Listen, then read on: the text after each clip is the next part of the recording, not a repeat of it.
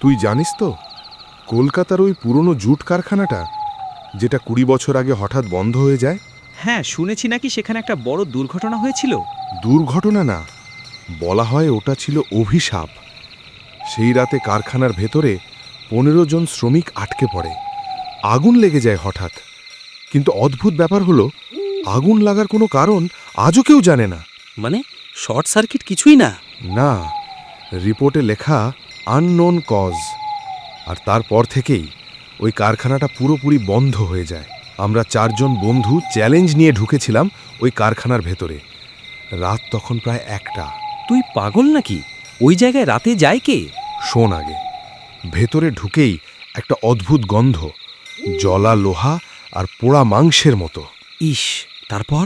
হঠাৎ একটা মেশিন নিজে নিজে চালু হয়ে গেল, ঘড় ঘড় ঘড় শব্দ করতে লাগলো। কেউ ছিল নাকি ভেতরে? না, আমরা টর্চ মেরে দেখলাম চারদিকে শুধু ভাঙা মেশিন, কিন্তু ওই একটা নিজে নিজেই ঘুরছে। তারপর হঠাৎ আমার বন্ধু রাহুল চিৎকার করে উঠল, ওই দেখ! আমরা ঘুরে দেখি একটা কালো ছায়া ধোঁয়ার মতো মেশিনের পাশে দাঁড়িয়ে আছে। মানুষ ছিল নাকি? না, তার চোখ দুটো জ্বলছিল লাল আগুনের মতো।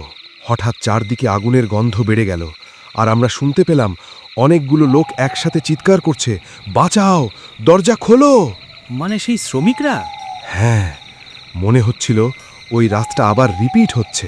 তারপর আমার সামনে হঠাৎ একটা মানুষ দাঁড়িয়ে গেল, পুরো শরীর পোড়া, চোখ নেই, শুধু কালো গর্ত।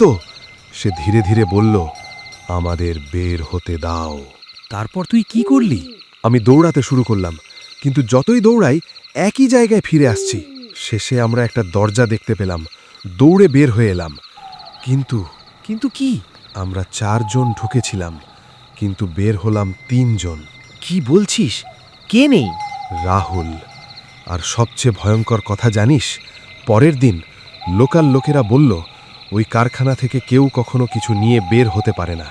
আজও নাকি রাতে ওই কারখানার ভেতরে 4টে ছায়া দেখা যায়, 3টে দৌড়ায় আর একটা দাঁড়িয়ে থাকে।